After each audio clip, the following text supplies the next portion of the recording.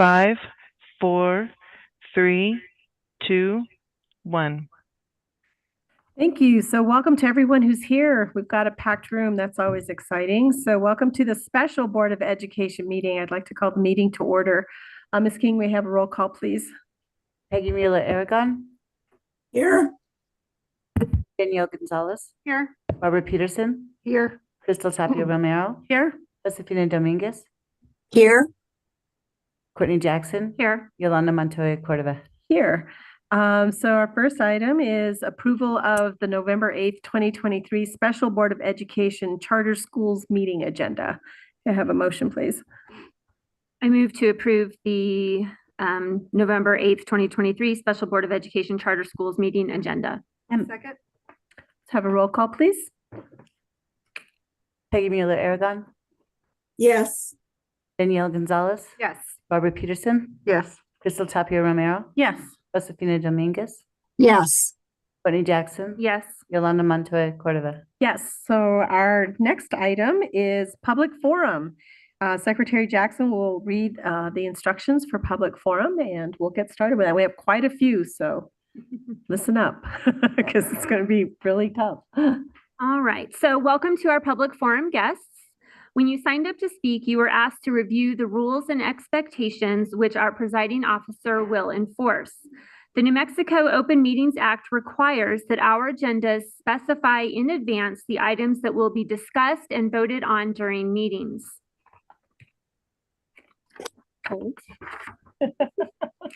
Therefore, public is not a dialogue among speakers and board members, but rather a chance to hear from our community. We will call participants to speak in the order they signed up, whether in person or virtual. Those here with us tonight will be asked to come to the microphone in the center aisle at the back of the room when the name is called. Online guests will stay in a virtual waiting room until it is your turn to speak. When it is your time, you will be escorted into the main meeting space. Please turn on your audio and video. Once your speaking time is up, you will be ushered back into the waiting room. When you are finished speaking, you may choose to leave the meeting and watch it on live stream. We have set aside 45 minutes for public forum tonight.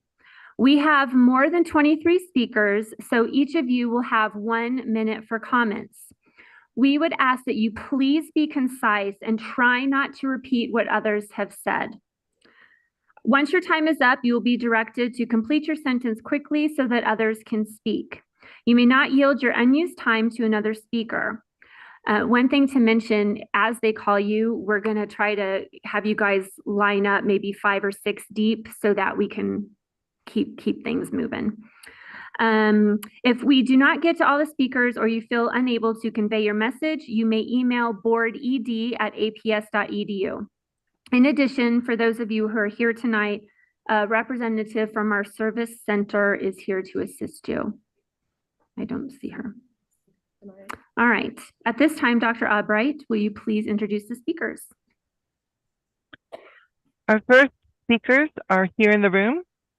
It's Rick Alvidrez, Michael Wood, if you wouldn't mind lining up just along the side, Julia Borola, Jasmina Narita, and Angela Padilla.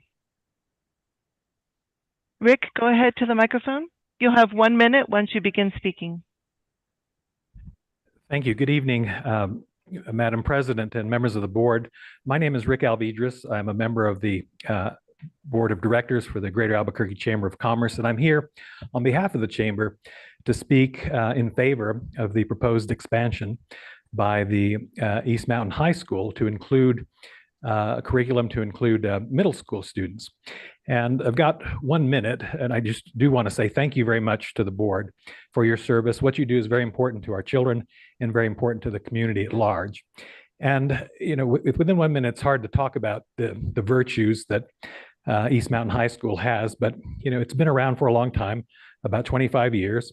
It's been the highest ranked in terms of graduation within the system. It is also, you know, quite well recognized in terms of their SAT scores and ATC scores. And we think this is a wonderful opportunity to expand the good work that the school has done to include middle schools. And we would strongly support a vote in favor of allowing East Mountain schools to become more expansive to include middle schools. We also note that survey that we have done indicates strong support for expansion of charter schools within New Mexico, and we think that's consistent with that. So with that, I'll conclude my remarks and just thank you again very much for the opportunity to present comments. Thank you. Mr. Wood? Hi, my name is Michael Wood, and I have had the pleasure of working at East Mountain High School since 2009 as the music teacher. For the record, my daughter is a 6th grade student at Roosevelt Middle School. In my classes, I teach students how to write and record their own music. We use the term innovative as part of our mission statement at EMHS, and the music program embodies what it means to create new ideas and experiences. I don't say this lightly, but for many of the students of the program, it's become a life-changing realization to create, perform, and release their own musical compositions. The next step for us to grow would be to add to our music department faculty with other passionate teachers who can inspire younger students to build their musical interests and abilities. Collaborating with a colleague that is just as excited about music production as I am means better educational experiences for the East Mountain community. I ask that you all vote yes to the EMHS expansion proposal so we can continue innovating. Thank you. Thank you. Ms. Barola? Good evening, Madam President, Superintendent, and members of the board. My name is Julia Barola, and I'm here today on behalf of Teach Plus New Mexico. I am also here as an educator and community member of the East Mountains. East Mountain High School is an important part of our community. They continue to earn academic proficiency scores above other schools in the area, and they give many families the option for their children to attend a proven high-quality school. These families also want a choice for their younger children. We know that when students have access to a high-quality education, they will have more opportunities post-secondary. East Mountain High School has proven that they can provide this for students and should have the opportunity to expand this model to younger students. School choice is an essential part of improving New Mexico education. Our students and their families are extremely diverse, and finding a school that fits their needs can be a challenge. Simply put, schools like East Mountain High School allow more students to reach their potential. As an educator, community member, and on behalf of Teach Plus, I am asking APS to approve East Mountain's expansion to serve grades 6 through 8. Thank you for your time. Thank you. Ms. Narita? Hi, good evening. Thank you. My name is Jessamine Narita, and I'm the mother of a 3rd grade boy at Coral. And I'd like to ask you to renew their charter. My son has grown academically, socially, and emotionally since transferring to Coral, and I'm so grateful that we had the option to go to a wonderful school where he could really be accepted and seen for his unique strengths and weaknesses. I love the diversity of the school. I love the individual education programs for each student. And this is the first school that my son has attended where I feel that he's really treated as an individual. He's inspired to learn. He's treated with warmth, care, and love. And I feel like the sky is the limit for him and his education because of this amazing school that he's attending. Thank you. Thank you. Ms. Padilla? Good evening.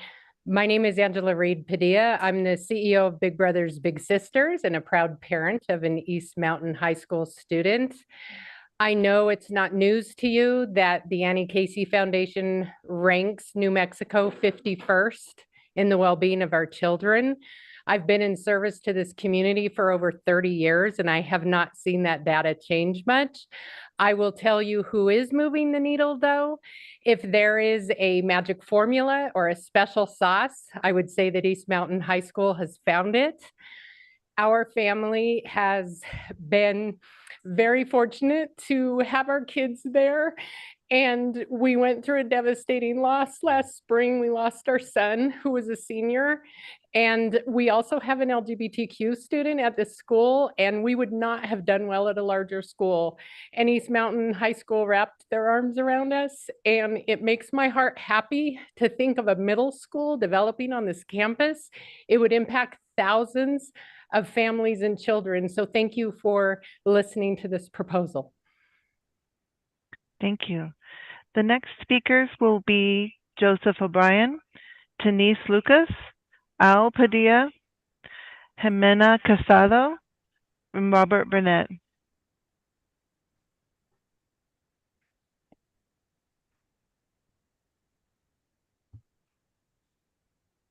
Go ahead, Joseph. Hi, my name is Joseph O'Brien, and I am a fifth grade student at Coral Community Charter School and have been there since pre-K. During my time at Coral Community Charter School, I have worked on math, reading, language arts, science, physical education, and art. The staff and teachers support me in every step I take and give me work that challenges and motivates me to learn. Some of my opportunities outside of school are the Fall Festival, the end of year carnival, and weekend get-togethers to meet and clean the community. I hope you keep supporting Coral Community Charter School. Thank you. Thank you. Ms. Lucas? Good evening, members of the board. My name is Denise Lucas, Vice President of the Governing Board at Gilbert Sena. In my 20 years of working in this career, I honestly have not seen a school with a better mission for our struggling students than Gilbert Sena. Under Ms. Pry's leadership, we are back on the map. 100% of students report that they belong at school and have at least one trusted adult in the building. We've shown ELA and math growth, and we've graduated our first bilingual SEAL recipient last year. We never settle. 36% of our students are under an IEP, and 25% of those are identified as emotionally disturbed. Another win is that our school is highly fiscally responsible. Ms. Pry works closely with us to ensure that the decisions she makes are the best ones for the school, the student, and that the students will have a place welcoming them to learn by operating in a highly effective manner. In closing, it is an honor to oversee Mrs. Pry in the overhaul of our little school. Ms. Pry has clear expectations and conditions over the school that more than exemplifies our mission and vision. We look forward to renewing and partnering with APS to facilitate increased student outcomes for all of our students. Thank you for your time. Thank you. Mr. Padilla? Thank you for having us. My name is Al Padilla. I have two kids, one that went to East Mountain High School, one is currently attending, and we are absolutely positive that we want to see that the secret sauce expand. I am a fifth generation East Mountain New Mexican.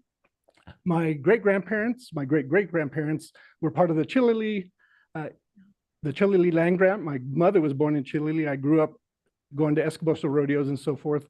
And I made a promise to my grandmother that when I was in college, she said, in Spanish, she said, no matter where you go, don't forget where you came from. And this is our way of giving back to the East Mountains and saying, let's continue the heritage, to remind everybody that the history of New Mexico goes way, way back. East Mountains is a tremendous place to grow up, and we appreciate it, and we do support the educational resources that East Mountain has provided to our family, and want to pass that on to future generations. Thank you. Thank you, Mr. Padilla. Jimena Casado?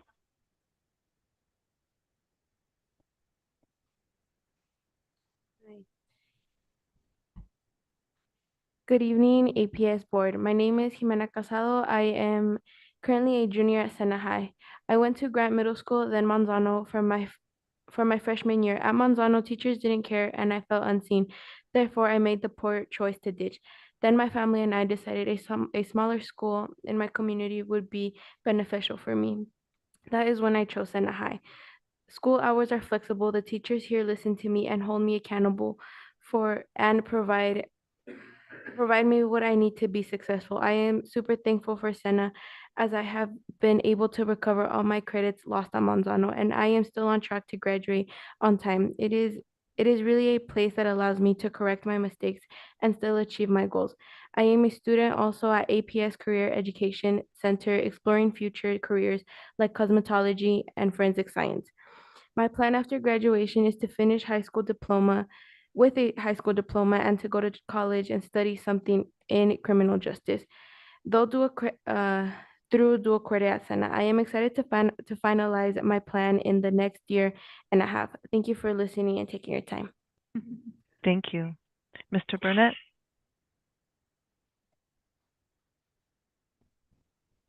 Good evening, board members and Albuquerque, New Mexico community. Thank you for your time. I'm speaking on behalf of Gilbert Sena Charter High School. My name is Robert Burnett. I'm the new special ed coordinator there, and I think previous administrations did not have that position. Ms. Pry has created that position. We walked in together and we've completely revamped the entire structure of the school, and it's exciting to see. SPED compliance is meeting and exceeding. But I think that the most important thing is that I believe in the renewal because of the work ethic of Ms. Pry. I have been around a lot of schools for the past 25 years, and I've yet to see a principal put this level of effort in on a day-to-day basis. And so it's exciting to me. It's also inspiring. It's also the foundation of a culture of accountability that's been, established there. And so I think it's pretty safe bet to renew this charter. The other piece is that Mr. Burnett, you're past your 1 minute. Can you finish up your thoughts in one quick sentence? We are in alignment with the new goals and guardrails of the APS initiative. Thank you, Mr. Burnett. The next speakers will be Nayaman Cisneros, Bird Pajemni, Hannah Bimmerly, Sabrina Garcia, and Karen Smith.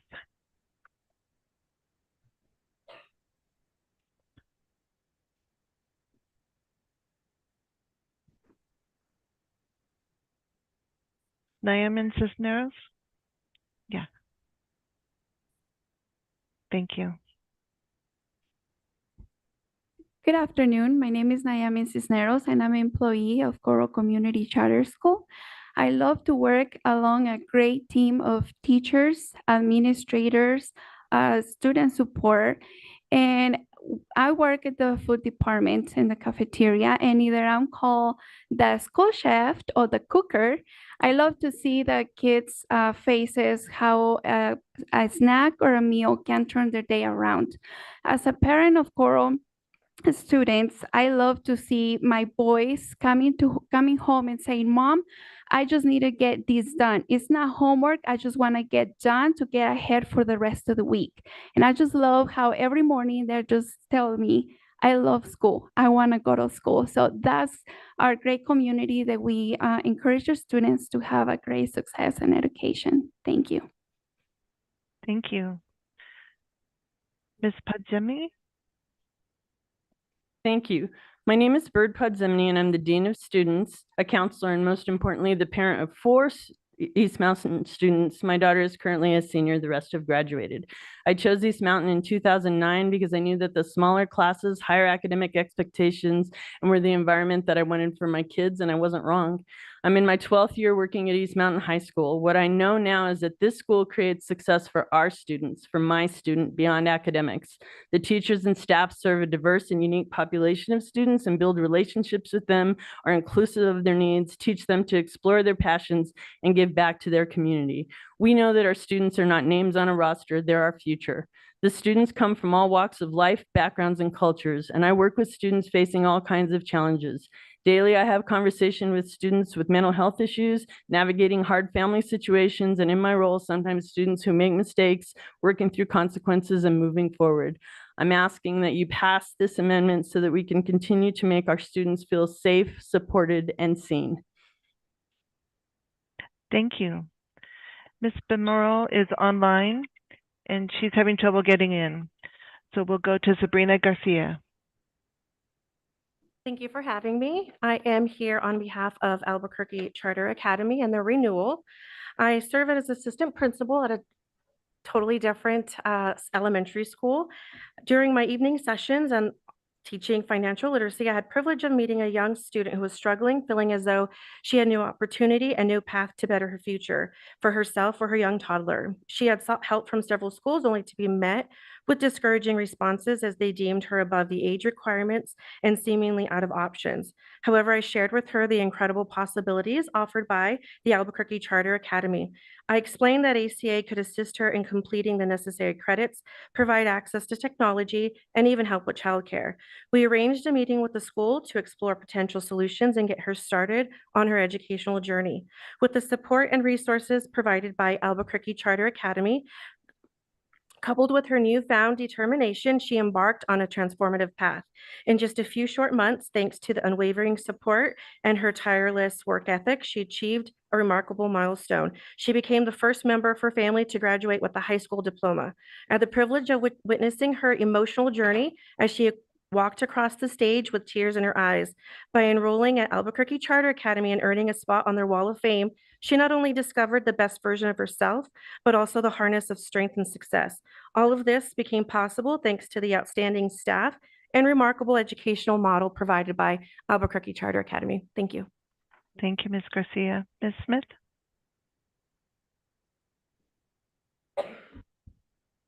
Good evening, Madam Chairperson and APS Board. I'm here this evening on behalf of the renewal for Gilbert Center Charter High School. I'm not only a parent, I am on the governing board. I'm a parent advisor, and I've been in childcare for over 31 years dealing with children, and I also am a youth pastor. I have two children, my son and my grandson. Yes, I'm a grandmother who is 17 years old, and he's a senior. If it wasn't for Gilbert Center Charter High School, Ms. Pry and the awesome staff that they have, my grandson probably wouldn't made it. You know, moving him here from out of state, and he was way behind. Getting here, got caught up, and as of now, he can graduate in December, but he chooses to continue with his dual education and graduate in May. He only has 4 credits left. We don't have to worry about at Gilbert Center you being sought out for you having dreadlocks like I do, or because you have a disability. These children are taught and they're being young men, they actually want to go to school. When they're not in school, they're on Edgenuity, doing work to get ahead. So it's something that they want to do. They want to be there. They're also part of the founding basketball team that was founded last year, Go Lynx, and we're ready for this year. Thank you for having me. Thank you, Ms. Smith. Ms. Bemerle is now online. Can you? Thank you. There she is. You'll have 1 minute as soon as you begin speaking. Good evening. My name is Hannah Bimmerly, and I am here to speak on behalf of Coral Community Charter Schools Renewal. And I'm also here to speak really briefly about my experiences as an early career teacher. I am currently employed at Coral Community Charter as a Kinder First Boys teacher. This is my 3rd year teaching kindergarten and my 2nd school year with Coral. One of my key priorities when applying for a position at Coral was to ensure that I would be in a supportive and collaborative environment. As an early career teacher, I wanted a community that provided me with the support, tools, and resources to develop into the educator that I want to be for my students. I am sincerely blessed to have found what I needed at Coral. Thank you so much. Thank you, Ms. Bimmerly. Our next guests will be Hasada Cisneros, Ryan Baca, Luca Paceto, Antoine Hernandez, Miller Malay, and Esmeralda Diaz. Hasada Cisneros.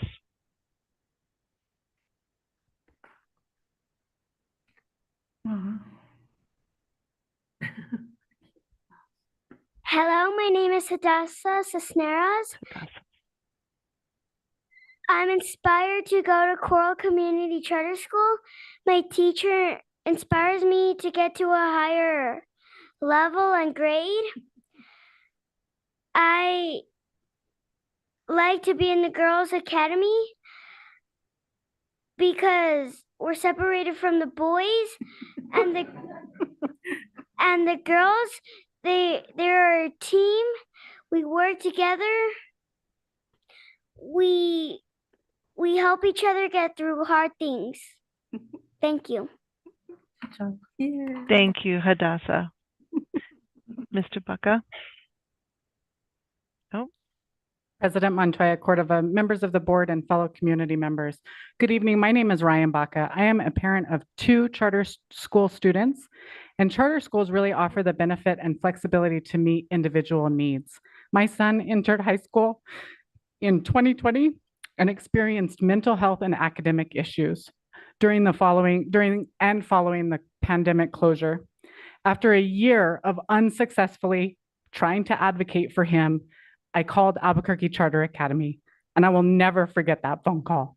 The registrar heard the pain and the fear in my voice and assured me that Albuquerque Charter Academy would be the place for my son where he could find the support that he needed. She shared the details about the uniquely nurturing environment where students can flourish, and she was absolutely right. My son has been able to catch up, be closer to his peers, get back on track. His mental health has improved, and my hope of seeing my eldest child in a cap and gown has been restored. I respectfully urge for you to renew Albuquerque Charter Academy's charter so that they can be the safety net for teens and young adults in our community. Thank you. thank you, Ms. Baca. Mr. Pacetto?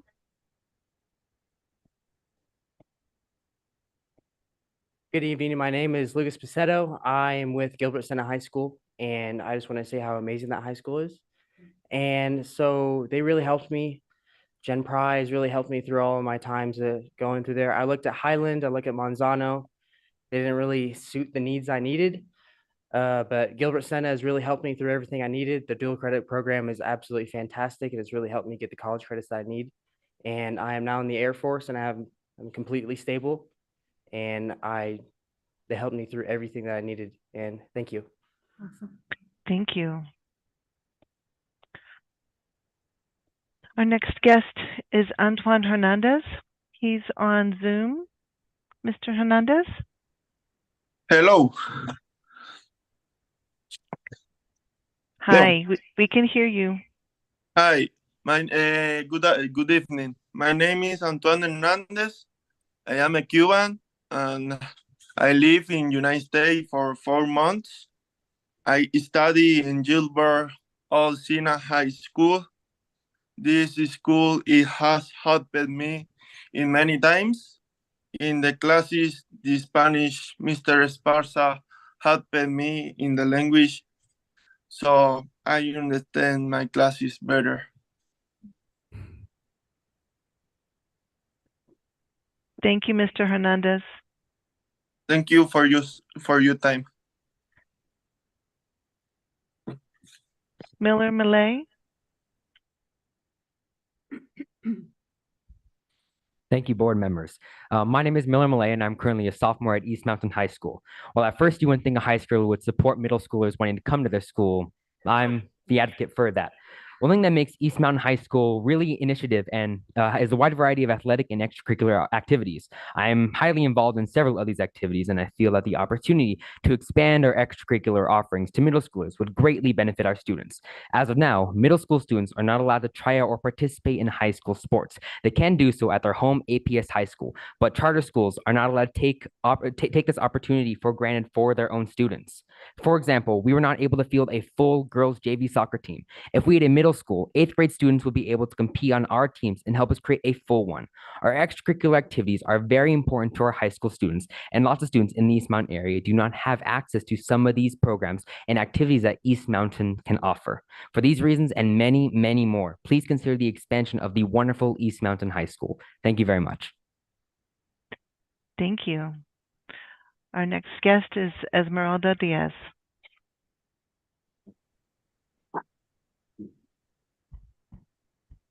Good evening, Madam Chair and APS Board. My name is Esmeralda, and I currently am a senior at Sena High with 5 college credits upon graduation.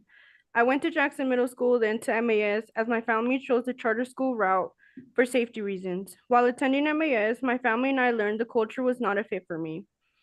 We learned about Sena High through a mentor in the community and found my home in which I will graduate in 2024. The flexibility and schedule is super helpful to me and my goals. And the teachers are more helpful and hold me accountable, so I believe I can do anything in their class. My plan after graduation is to finish radiology CTE program and then transfer to UNM to study ultrasound. I will be the second in my family to graduate high school and college. Thank you for taking the time to listen and consider my school's renewal with APS. Thank you. Our next speaker is on Zoom, Stacy Cesny. Hi, my name is Stacy Cesny, and I support the amendment of the East Mountain High School contract. I'm a parent of 3 girls who attended San Antonio Elementary School, Roosevelt Middle School, and East Mountain High School. I've spent countless hours at these schools as a substitute teacher, PTA member, and volunteer. During the past 5 years at East Mountain, I have observed a unique school environment. I have watched my daughters become critical thinkers and take ownership in their learning. And I have seen an environment that fosters respectful and meaningful relationships between the staff, students, and teachers. My oldest daughter recently told me that her university classes at NMSU are less challenging and less engaging than her classes at East Mountain. That's a testament to the quality of education provided by our school. I believe that the addition of the charter middle school will provide parents with an excellent local choice, and the competition will raise the bar for the other public schools in our neighborhood, all benefiting our East Mountain youth. I ask that you vote yes and support one of the best high schools in our state, Adam Middle School, and complete the chain of excellence in education in East Mountains. Thank you. Thank you. Our next speakers are in the room, Amanda Malay, Dominica Chavez, Amanda Mayes, and Carla Nunez.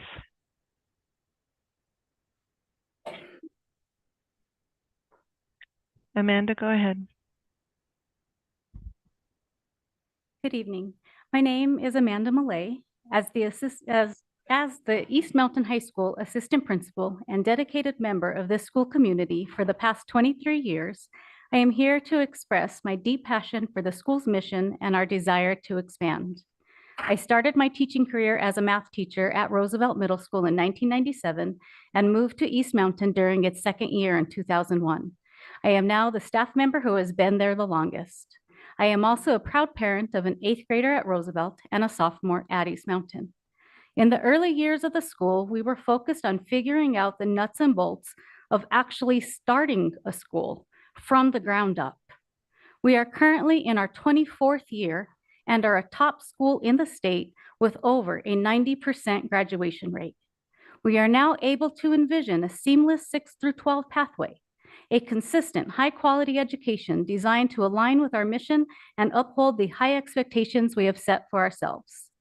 In these 23 years, I have witnessed the transformative power of an East Mountain education. I have seen students thrive, their potential unlocked by dedicated educators in a supportive environment. Our dream is to provide students with a predictable, reliable path to success, a path that starts in the middle school and seamlessly carries them through the challenges and triumphs of high school. Thank you. Thank you, Ms. Malay. Ms. Chavez? Good evening, President Montoya Cordova and board members. I'm Dominica Chavez, Advocacy Manager at New Mexico Kids Can. Today, I ask you to support East Mountain High School's expansion. East Mountain High School is closing achievement gaps, holds the district's highest graduation rate, and earned a Blue Ribbon School of Excellence Award. Why limit access to this great school? In math, East Mountain has just a 1% proficiency difference between white and Hispanic students, while a neighboring middle school has an 11-point gap between Hispanic and white students and a 26-point gap between white and economically disadvantaged students. Your strategic plan, Emerging Stronger, acknowledges the district's achievement gap and your commitment to closing this gap. If you care about closing this gap, supporting East Mountain High School's expansion is an easy decision. Thank you. Thank you. Ms. Mays? Hi. Good evening, school board members. As a parent and foundation member of East Mountain High School, I'm here in support of the EMHS charter amendment to expand to 6 to 8th model. I've had the pleasure of getting to know Principal Smith and learning the vision he has for our school, a vision that bears great potential for our students and the future of our school district. Studies show this added model can provide a more cohesive academic experience, give middle schoolers access to advanced courses, promote leadership and mentorship within, and create more inclusivity and camaraderie. Every child who walks through these halls, wherever they come from, matter. My children always felt seen and accepted. East Mountains and Albuquerque are growing. I see this constantly in my line of work, and this will in turn create an abundance in our school district, not a scarcity. School board members, we appreciate your service, and I know how much you care about providing quality education in our community. That's our mission as well. Please support this opportunity for the East Mountains. Thank you so much. Thank you. Ms. Nunes? Good evening, everyone. I'm Carla Nunez. I'm a current student at Albuquerque Charter Academy. I want to start off by saying that I love this school for many reasons. One, because they have helped me with childcare with my sister, and especially with the high dosage tutoring that they offer for students. That had helped me a lot, especially with math. And also I want to thank all the staffs and teachers from Albuquerque Charter Academy, and thank you for your time. Hopefully they get renewed. Thank you. Our next three speakers are on Zoom. Emily Gray, Vicki Kwasinski, and Glenn Hushman. Emily? Yes, hello. My name is Emily Gray, and I would like to ask that you would extend East Mountain High School's charter to include the 6th through 8th grades. Currently, I'm a parent of two students at East Mountain High School, a sophomore and a senior, and they are flourishing. In fact, I love that we have a personal relationship with just about every person who's spoken on behalf of East Mountain High School tonight. And that's just a testament to what a wonderful family and of educators it is. And I also am parent to an 8th grader who's looking forward to attending East Mountain High School next year. And I have a 1st grader who is attending San Antonio Elementary School. And I just love the idea that we might be able to look forward to my 1st grader attending middle school at East Mountain High School. So thank you for considering extending their charter. I appreciate your time. Thank you, Ms. Gray. Ms. Kwasinski? Hey, my name is Vicki Kwasinski. I've been a resident of the East Mountains for 30 years. I raised two boys up here who are currently in grad school and college. We went to a small parochial school for preschool through 5th grade, and then we were looking for options when it came to middle school. And there weren't any options up here in the East Mountains, so we ended up at a charter school in Albuquerque. So I have been working at a charter school for 10 years. I'm currently a principal at another charter school in town. I know what the opportunities these schools offer for students. I strongly support the expansion of East Mountain High School with a middle school. I think it would be a great alternative for parents who want a smaller school experience, high quality education, opportunities for college, for dual credit and everything later on in high school. I really am excited to hear that this is a possibility, and I hope you guys support it. Thank you. Thank you. Mr. Hushman? Good evening, everyone. Madam President, esteemed members of the board, thank you for allowing me to speak very briefly in full support of the middle school expansion with EMHS here in the East Mountains. I'm the governing council chair at East Mountain High School, and I'm currently a professor of teacher preparation, which I've been doing for about the past 15 years or so in the wonderful state of New Mexico. In the several years I've worked with leadership in the community of East Mountain High School, I've witnessed some of the most powerful learning opportunities as delivered by some of the most dedicated, high-quality teachers as administered by just extraordinary leadership at East Mountain High School. These very same teachers, these leaders, they'll be involved in this middle school expansion. And with such a storied career and success, there's just zero doubt, in my humble opinion, that a middle school will prove to be so successful with East Mountain High School in the East Mountain. So without hesitation, I absolutely support the middle school expansion here up in the East Mountains with East Mountain High School. And I certainly would greatly appreciate any consideration and approval by the board. So thanks so much for the opportunity to speak this evening. I know you're all very busy, and thanks for your dedication and time. Thank you. Thank you. Our next speakers are in the room: Carrie Jordan, Angela Leibarger, David Ames, Lily Leibarger, Marie Booth. Carrie Jordan. Hi, I'm a parent of two happy and successful children at A. Montoya and Roosevelt Middle School. I was at the board meeting last year and pleased to see you approve increased enrollment at East Mountain High. I've been waiting to see a comprehensive impact study for the proposed middle school, though. It was discussed as needed, but to my knowledge, there has not one been prepared. There are so many core questions left unanswered. Most notably, with declining enrollment, why does our community need another middle school? And how will this affect Roosevelt, our existing high-performing middle school that has been around for nearly 75 years? We need real data first to know what this area really needs and to utilize our existing resources equitably and sensibly. While the primary focus at Roosevelt is on academics, our principal has been focused on making sure that our students develop social and emotional skills and tools to help them succeed. For the past 2 years, this has meant a focus on the acronym BEST: brave, engaged, stand up, and tenacious. I'm here today with these abilities in mind. I heard through the proverbial grapevine that this vote is a done deal, but without an appropriate study and careful consideration, I sure hope it isn't. Let's not make a decision simply based on a school's desire to expand, to have a feeder middle school. I am asking the board to table consideration of this proposal tonight. By the way, my children's exemplary schools and teachers need continued support. My son's engineering teacher just led Roosevelt to sweep the Sandia National Labs Electric Car Challenge, winning every category. My daughter's teacher was just named Teacher of the Year for Agriculture in the Classroom from New Mexico Farm and Livestock Bureau. I implore the board to please consider any decision on this middle school. Thank you. Thank you, Ms. Jordan. Ms. Leibarger.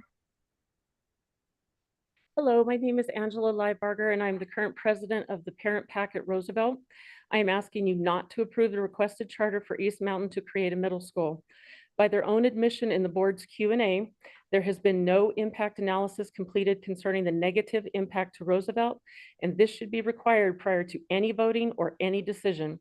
Roosevelt already provides high-quality, well-rounded educational opportunities to students, including band, orchestra, and choir, programs East Mountain does not provide. We also provide transportation to all students, allowing access to all students, something else East Mountain does not provide. Approving the charter would mean stripping yet another middle school of its students, teachers, programs, and funding, leaving a situation of inequality for the students left behind. The very inequality that APS claims not to tolerate in education is exactly the inequality the school board would be supporting and perpetuating if you approve the requested charter amendment. We do not need another middle school 8 miles up the road from Roosevelt. Our Roosevelt students are seen, supported, encouraged, prepared, and cared for by our dedicated teachers for almost 74 years now. And for anyone to insinuate otherwise is simply wrong, and it's insulting to all public school teachers, of which I am one. Thank you. Thank you. Mr. Ames?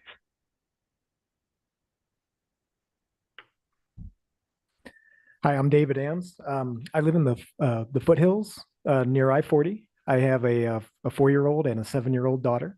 My 7-year-old's in 2nd grade. As parents, my wife and I are looking at a variety of different schools in the area, and the East Mountain High School is, consistently shown that it's a high-performing academic school. I think I heard, they won a Blue Ribbon Award in the past. I just read in the paper the other day that I believe they had a 90% graduation rate. We believe that schools like that should be rewarded for their academic excellence. And in turn, that rewards parents like me who are looking to make a choice. I personally, I'm not associated with any school or any organization. I'm just a dad. I love the idea of Roosevelt's awesome. So would a middle school at East Mountain High School. For me to have the choice to look at both of those, I think would be an excellent choice and opportunity for just a dad. So, thank you very much. Thank you. Ms. Leibarger? Hello, my name is Lily Leibarger and I go to East Mountain High School. And for middle school, I went to Roosevelt, where I received a high quality education and was provided with the resources needed as a special education student. From what I learned at Roosevelt, I've been able to move on to East Mountain and continue to have straight A's. The number one reason my family chose East Mountain was its location. And the number one reason why my family almost didn't choose East Mountain was its the lack of developed fine arts program. Something Roosevelt has been able to achieve and deliver in its education, but East Mountain so far lacks. In order to continue with this balance, I joined outside programs, some of which cost upwards of $800. I started working a job in order to obtain what my school lacks to provide. My concern is that this will be the same story with the middle school, with students not being provided the well-rounded education that should be made available for any family of any socioeconomic status.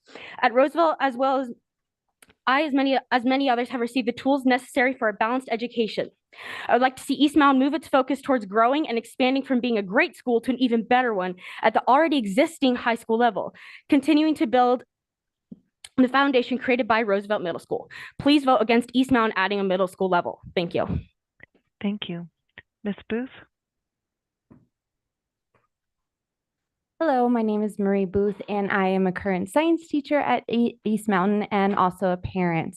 I love working at this school, and I have felt so supported by our administration as well as other fellow teachers. One of my greatest endeavors has been to actually start a robotics program here at East Mountain. And this initiative was completely driven by student interest. I have no background in robotics, and this has been able to extend our reach in community, not just at our school, but also to our greater community. Part of our robotics is that we raise all the money so that students have the opportunity to get great STEM opportunities without the cost to their families.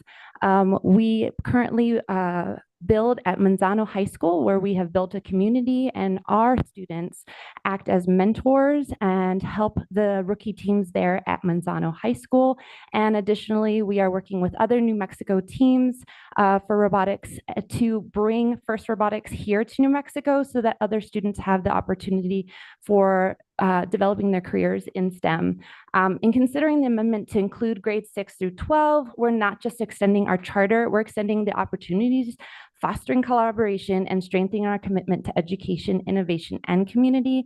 With this expansion, we will empower even more young minds to become the problem solvers, creators, and leaders of tomorrow. Thank you. Thank you. Our next three speakers are in the room: Chandra McCray, Adeline Nee, and Stephen Eaton.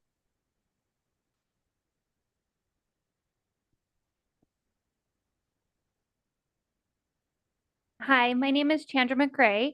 I'm a CPA and the treasurer for the Albuquerque Charter Academy.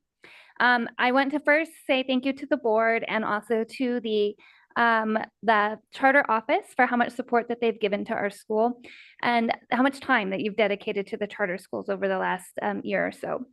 I am speaking in support for the renewal of our charter.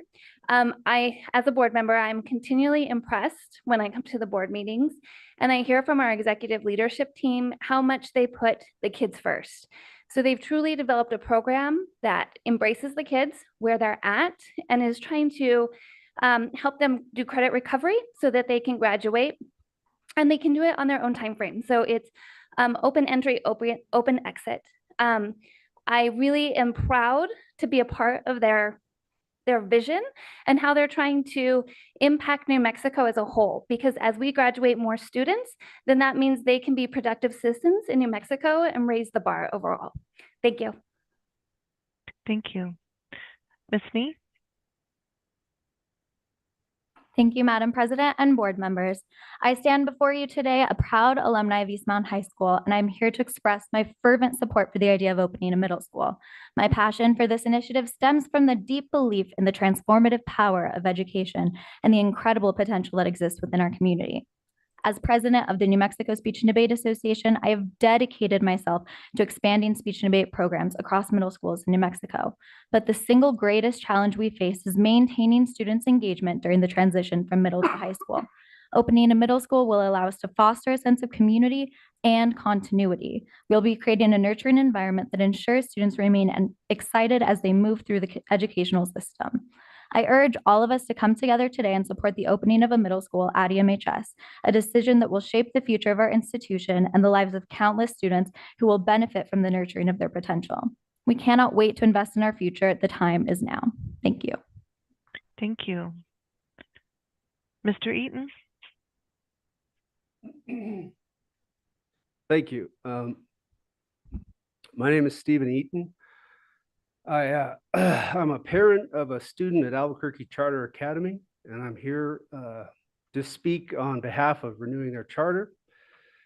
I want to talk to you about the experience that I've had. My son is a student with disabilities, and he has struggled in the system. It wasn't until we found the Albuquerque Charter Academy that he's been able to succeed at school at all at the high school level. It has been, and I wanted to come and tell you that it's been a profound experience for my family and for my son. The school has provided service for him that we haven't been able to find at a number of other schools that we've tried in the APS system before we got to this school. He's already 19 years old, but for the first time, he is attending classes. He has near perfect attendance. He has an A average after attending. Now he's in his second year at Albuquerque Charter Academy. That is a contrast to his experience before this, where he had been unable to acquire even a single credit at the prior two schools that he went to. Mr. Nee, your 1 minute's up. Can you please finish your thought in one quick sentence? Yes, I would like to ask you to renew the charter for Albuquerque Charter Academy so that my son can continue to attend there. Thank you. Thank you, Mr. Eaton. Our next and last three guests are on Zoom. They are Kip Barkhurst, Jackson Barkhurst, and Jim Smith. Kip?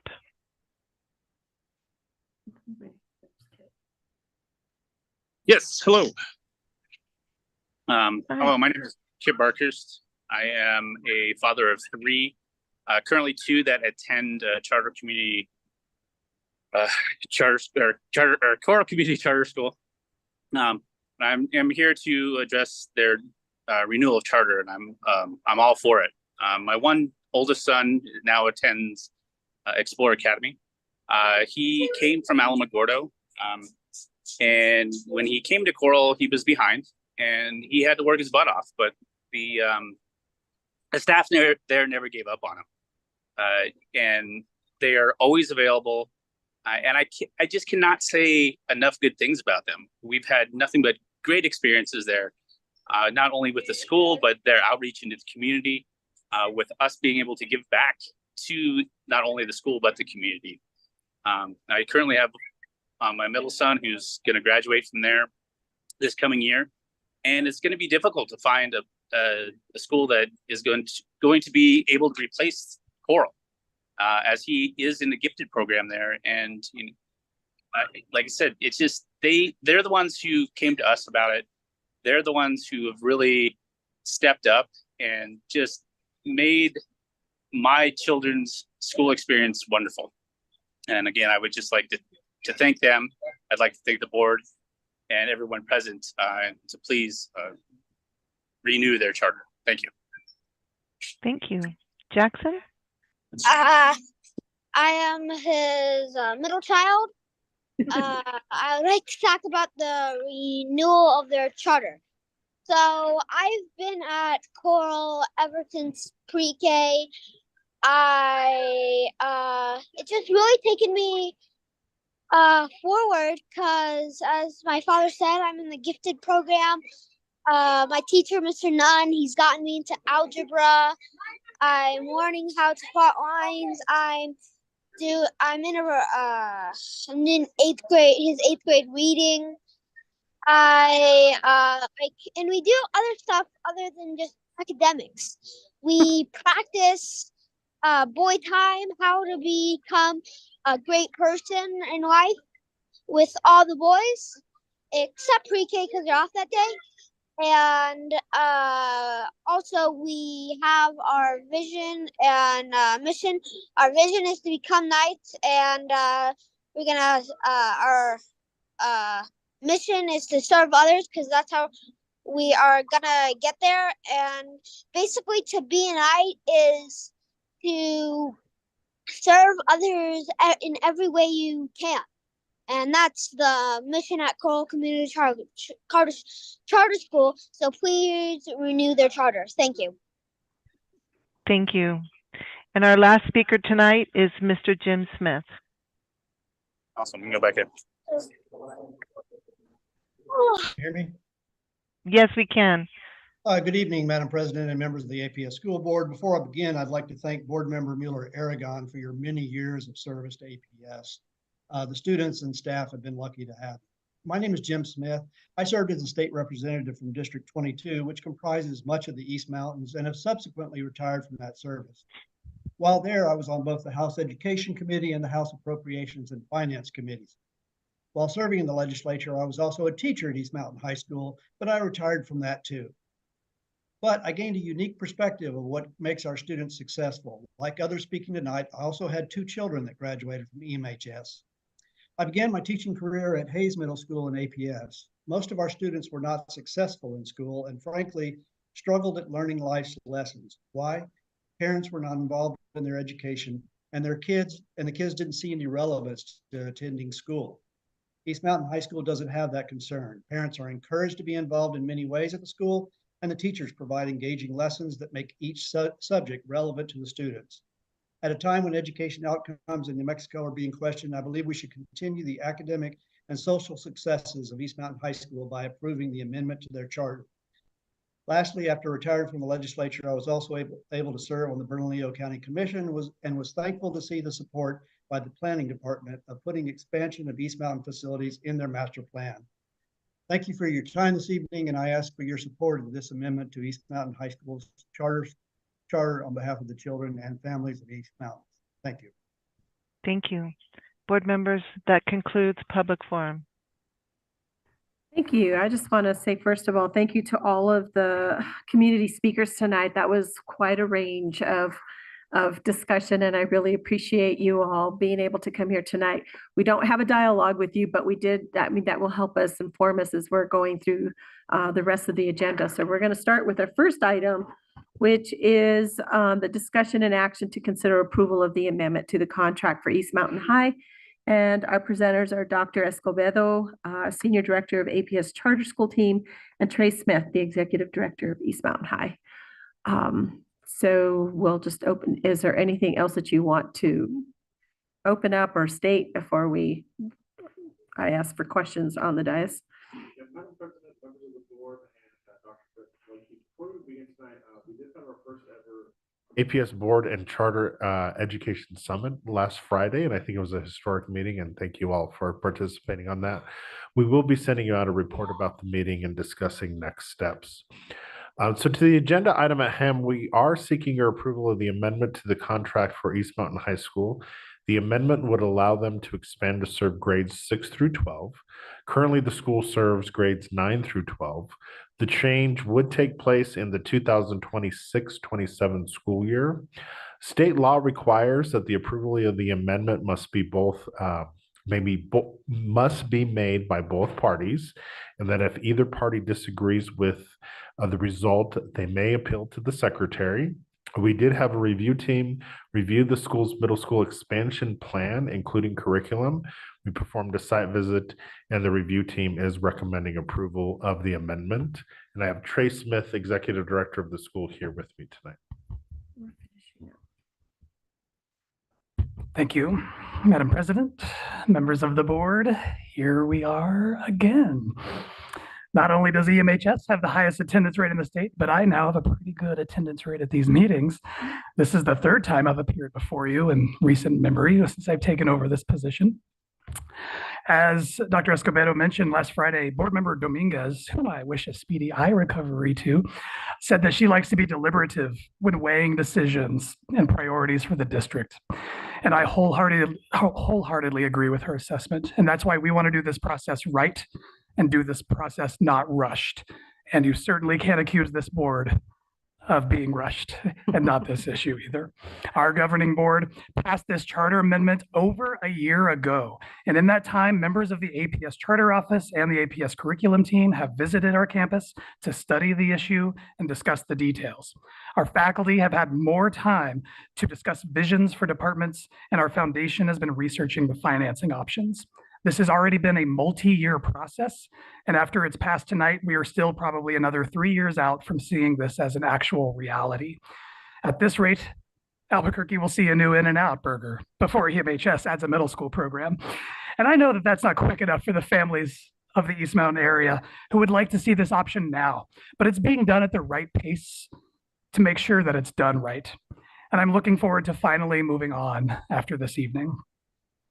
Now, when I put myself in your shoes, I realize you have two different roles this evening. First and foremost, you're acting as a charter school authorizer. And we know that decision-making for authorizers is based upon making sure that charter schools are making adequate progress on student performance. And we know that's not an issue here, since EMHS has the highest graduation rate of any school in the area and is ranked the top charter school by niche. But it's also important to remember that we achieve at that level despite the fact that our incoming ninth graders come from wildly different middle school expectations and curricula. They come from multiple districts, multiple charters, multiple private schools, multiple home schools. Tonight is not about one middle school. It's about the 28 different middle schools that we are attempting to align with. Since we are not currently providing this option, the families of the East Mountains are creating their own options. So we look forward to operating an innovative 6th through 8th pathway directly aligned with the forward-thinking leadership of our school's mission, a pathway built on high expectations, trusting relationships, high school mentorship, environmental stewardship, and top-notch extracurriculars. Now, in your other role as the APS board, I sympathize with your ambitious goals that you have outlined that are on the wall over there. And we believe our school and this amendment are in direct support of every single one of these goals. And I would like to organize the rest of my comments around each of those goals. Your first goal is related to literacy, specifically 3rd grade. And now, while our charter amendment does not go that far, it is noteworthy that the EMHS ELA proficiency rate was 73%. And not only was that one of the highest in the state, when you look at just the performance of only Hispanic students at EMHS, we were at 63%, while the state average was just 28%. Your second goal of increasing math proficiency in 8th grade has a direct relation to this charter amendment. Our math proficiency scores are more than double the district's average and more than 25% higher than the national average. These scores still remain impressive when you examine our Yazzie Martinez subgroups as well. EMHS Hispanic students, for example, score nearly triple the statewide average on math proficiency. With this amendment passed tonight, we can serve in a leadership capacity for schools that are trying to raise 8th grade math scores. For your third goal of post-secondary readiness, EMHS is already exceeding this goal with over 70% of graduating seniors completing college-level courses, amassing over 540 college credit hours just within the last class of 2023. With a 6th through 8th pathway added to our school, we can open up more flexibilities at the junior and senior levels so that our students can now take even more college courses. And in your fourth and final goal up there of habits, skills, and mindsets, we are directly aligned here as well with our school's core values of empathy, integrity, collaboration, curiosity, and reflection. We teach required courses in the 9th and 12th grade years that are formed entirely around these values. And we've developed tools for measuring and assessing students' capabilities for these critical social emotional skills.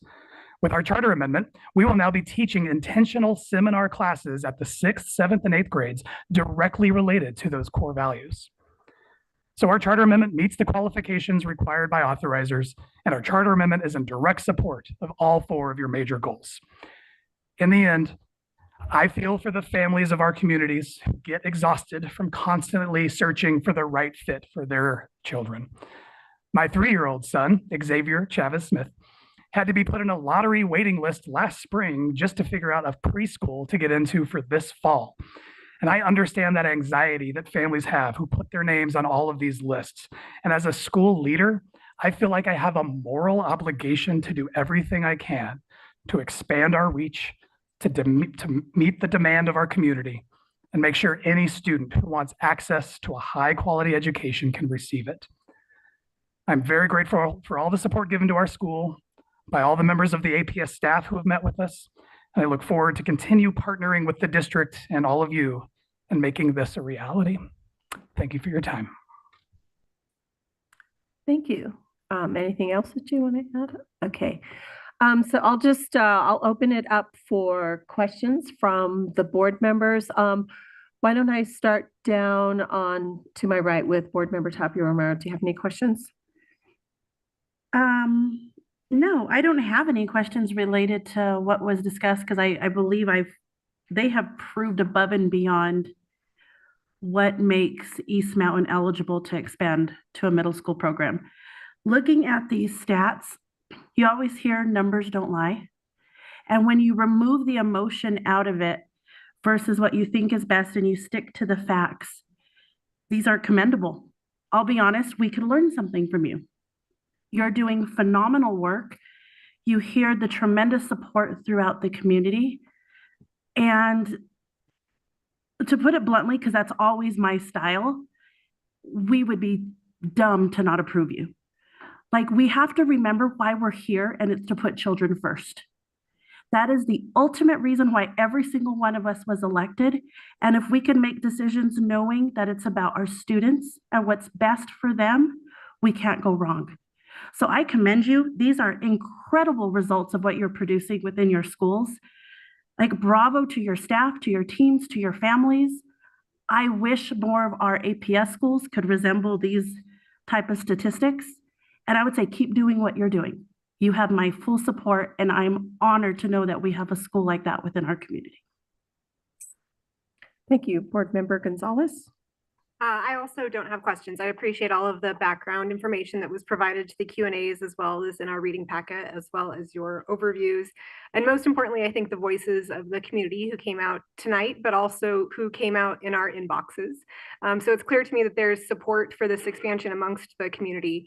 And I think for me, it's about reminding myself that we are responsible for educating our community's children. And that is, to me, much more important than what type of school they go to. And so for that reason, I'm also in support, but also don't have questions. Thank you. Board Member Jackson. When we did public forum, we asked not to repeat, but I'm going to take my privilege and repeat. I am completely in support of what you have done. It is quite extraordinary that based on our inboxes, based on the stories here tonight, based on the highest attendance rate in the state, based on the highest graduation rate in the state. I have so many notes of all of the incredible opportunities you have provided to our students, and they are all our students. They are all APS students. And our responsibility is to improve student outcomes. That is the only job of the school board, is to improve those. And quite frankly, we have a executive director sitting in front of us, along with the community in the boardroom, in our inboxes, and probably listening online, who are begging us to help. They want to help us. They want to improve our goals. They want to add to the APS excellence. And I quite frankly cannot even understand why this is even a question. We should be saying thank you and yes. And so I think if I will reserve my right to maybe circle back around, but I am 100% in support of this. And thank you for being willing to help, because our students need it. We need to improve our outcomes. And I'm just appreciative of everything you've done. Thank you, Board Member Peterson.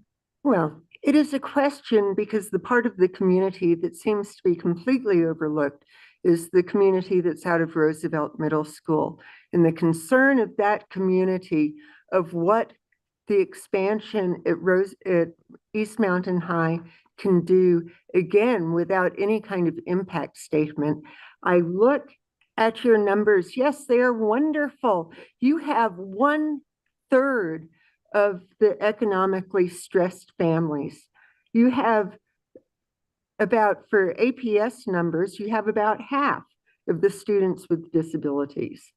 And as far as I can tell, you might have 1 or 2 English language learners. So if you disaggregate the outcomes for our students in virtually any other high school, they are comparable. If you disaggregate and look at the success rate of these, what these families come with is the lack of the economic stress, the advantages that this community can afford. And when you look at the lack of the gap between the identified students in our Yazzie Martinez groups and the students that are not in those groups, you look at the combination of economically disadvantaged students, and lo and behold, what it does show is that when students are in more integrated and balanced communities, both economically, ethnically, linguistically, basically everyone does better.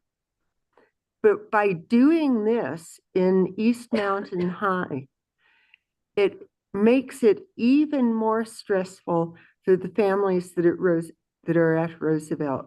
And I feel strongly, I mean, it is an absolute slap in the face to insinuate that teachers in other schools in APS aren't as absolutely committed to innovation, to serving their students' needs, to finding the ways to engage students. And that is shown again by the success at Roosevelt. So I can't support this. Thank you, Board Member Peterson. Board Member Mueller-Aragon. Thank you. I just want to say just what a great testament to what all kids are capable of doing. And I see this not about expanding enrollment, but about doing right by more students. I don't know why anyone wouldn't want this continuity and these opportunities for more students. It's stunning to me that members wouldn't want to approve this. I mean, you have 90% of the students, over 90% of the students that are from the neighborhood. I mean, your graduation rate over the last 6 years average over 90%, and you already spoke to, you know, your ELA scores and your math scores, even for our, you know, Hispanic children. So to me, I am totally supportive of this absolutely phenomenal school. We should be proud. And I am honored to move for approval of the amendment to the contract for East Mountain High School. Go ahead. We have a second, just so we have discussion. I'd like to have my say too. We still have discussion, but we do have a motion and a second. Motion was made by Mueller-Aragon and second by Secretary Jackson. So go ahead, Board Member Dominguez.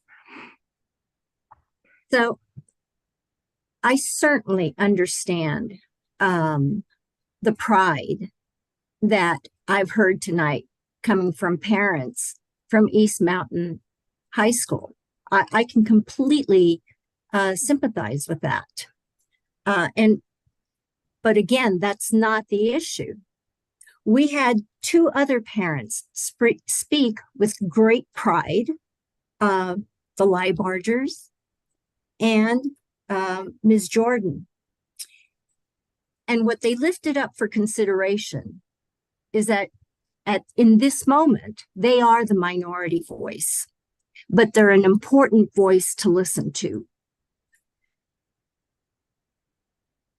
All parents, I agree that all parents, when parents say that children are not identical in their needs for a quality education, I agree that more choices allow students and their parents to find what works best for their individual student.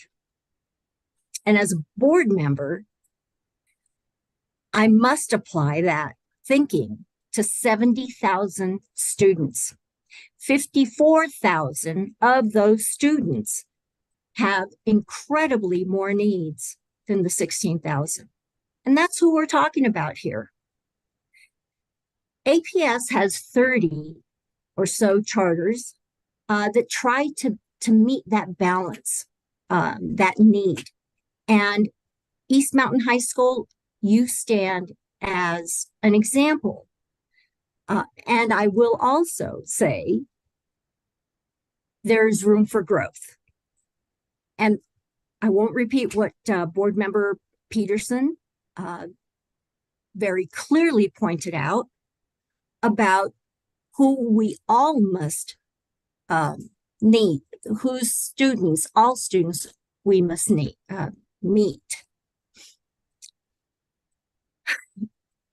I'll support East Mountain High School and its mission with the small ask that East Mountain High School give more access to its excellence by recruiting East Mountain students who are economically disadvantaged, and to students from Chilili, Escabosa, and towns coming into Tijeras. That's where I can be supportive,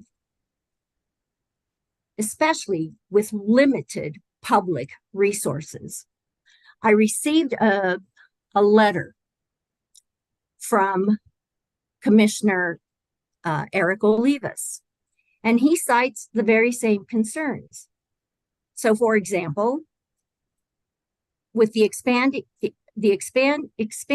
population to include middle school students will undoubtedly further strain the facility that you currently use for your gym classes.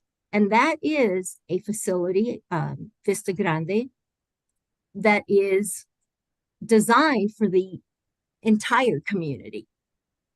I would ask, why not use, let's see, I believe I got a number of 12 to 20 million dollars that it will take to expand into a middle school. Why don't you use that money for the current needs that your high school is currently showing? I want to circle back, and forgive me, I having a hard time looking at my notes. Barely see. I know. But I'm doing my best here. So back to this point about public, and I want to stress public resources that are limited and public resources that must be shared equitably. This board talks about that word a whole lot, but this is the moment when we have to ask ourselves, are we actually standing and doing by our words? Equitably, which means that sacred little extra money go to areas, schools, programs that serve a higher number of students listed in our goals and guardrails: economically disadvantaged students, English learners, special education students with disabilities, and Native American students. I understand that East Mountain has those populations. However, you also have incredible advantages You're only three, I mean, how many high schools do we have? Wouldn't they love to be at 300 and I believe 76, 380? So with those sorts of numbers, absolutely you should be doing as well as you are. In the scheme of things, you want this expansion and will find myriad reasons for justifying that expansion. But this board is supposed to act on the sober reality that we have limited resources and that we must use those limited resources on those with the highest need. And your project does not meet that requirement, not by my understanding. The state may be awash with money for now, but we are awash with needs, children's needs, children who East Mountain High School is not required by law to serve the way APS is required to serve. And so I hope you understand, after listening to the Leibargers and Ms. Jordan, that Roosevelt Middle School will suffer, and those kids will suffer as a result of an expansion. And so for that reason, I cannot and will not support this measure. Thank you, Board Member Dominguez. Okay, so bringing it all home. It's always the last person to speak here. I just want to say first a couple of things. It's really clear that schools are becoming more than a place to serve our children academically. I mean, I think what I've heard just broadly from everybody, even in the public forum, around the tremendous need that is out there. We're talking about, you know, children that are on track and children that are not on track, and disadvantaged, and those that have access and those that don't. And Mr. Smith, I really appreciate one of the things that you noted is that as board members, we have a really difficult task, because our task is not just looking at the goals and the guardrails on those things, but the other big task that we have too is really around resource allocation and making sure that what we're doing is responsible in terms of how we're doing this. So one of the things that is constantly in our ear, I don't know if the gentleman from the Chamber of Commerce is here, but what is constantly in our ear as well is the district has to right size. We have, you know, a dwindling population and we have to right size. And so right sizing for me, we're not going to right size our way out of anything. I mean, we're not going to expand. We're not going to, you know, we're not going to whittle. We're not, so the questions are really around how are we going to do things that we can meet the needs of like all of these children in all of these different ways.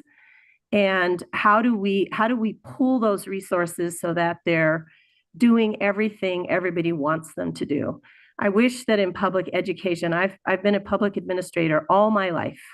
And I wish in any kind of public administrative work that I've done that we could truly individualize and fully fund it to the level and the expectations that our communities have. And public education is really stressed. I mean, I think we're in a better position, obviously, with some of the funding that we've had, but there is still this tremendous need to, you know, to stylize, idealize, individualize, make it all work for everybody. And it makes it really hard. So when I'm thinking of this issue, the thing that comes to my mind when I think of neighborhood schools, I think of a community that's together, right? And the East Mountain seems to be a community that's is pretty together. I mean, there's a lot of individuals that live there that know their community and support their community and actually are supporting our schools that are in their neighborhood. And one of those neighborhood schools happens to be Roosevelt Middle School as well. So we've got our elementary schools, we've got the middle school, and now we've got this fabulous high school, which makes a lot of sense to me Because I know for those families in that area, prior to having that, in order to go to high school, had to go over the mountain, you know, through the woods to grandmother's house we go. When the snow came, it was terrible. And I just remember those days when I was growing up and listening to that. So East Mountain High actually developed, I think, as a result of just a lot of that stress. It's very stressful. And so what I've always valued about the community too is how cohesive the community is. And what I'm missing for me, I guess, is that I'm struggling with this lack of cohesion around our middle school. We've got the cohesion around our elementary school because nobody's talking about, you know, abandoning our elementary school. It's wonderful and it's doing its things that it needs to do. And actually, when I hear today that, you know, Roosevelt is also doing some pretty amazing things as well. It's not as horrible, I guess. I mean, there are some things that, you know, continuous improvement is something we all are striving for and should, you know, believe in and continue to understand. And so what I worry about, Mr. Smith, is that as we go through time, and let's just say that populations continue to dwindle, or let's say, or it's going to get bigger. I would hope, I would love for it to get bigger. That's, you know, I'm always Pollyanna in that way. But I'm also worried about the populations continuing to dwindle. And what I worry about is that we will impact the cohesion of this East Mountain community because we're not going to have a viable middle school for these other kids who are not part of your community.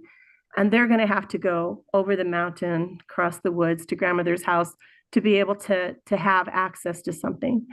And so that's the part that's just weighing heavy on my brain because I worry about that.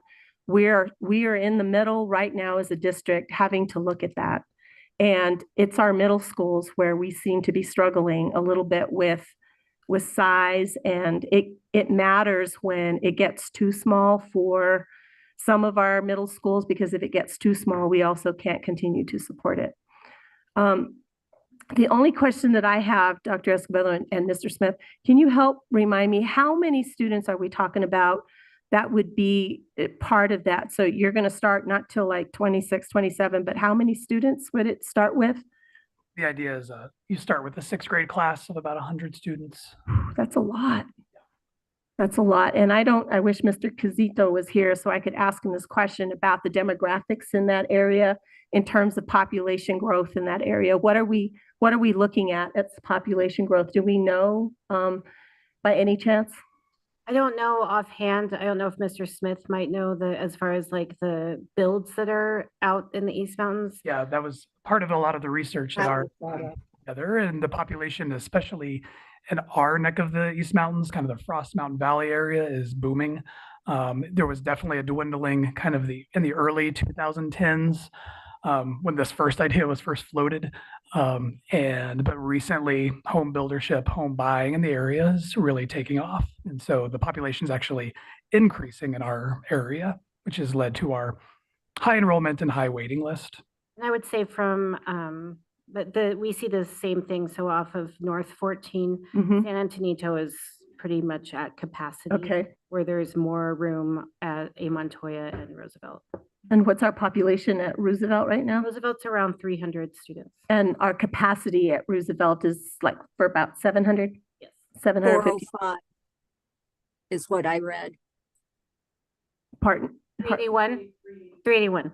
380. So the population is currently at 381, but I was asking about capacity of the structure is about 700. Okay. And so we haven't really seen the population growth there then in the middle school, because we're also seeing the kids in your area going somewhere else is I mean, that's what I would, my assumption is just that if you're saying the growth is big, but they're not coming to Roosevelt, they're going somewhere else. The population at Roosevelt has stayed pretty steady. Pretty consistent.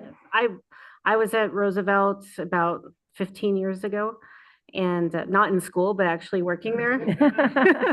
And it was around the same amount. So it's a pretty stable. I think there was a private school that's expanded to since then, but Roosevelt itself hasn't seen a change in numbers. Okay.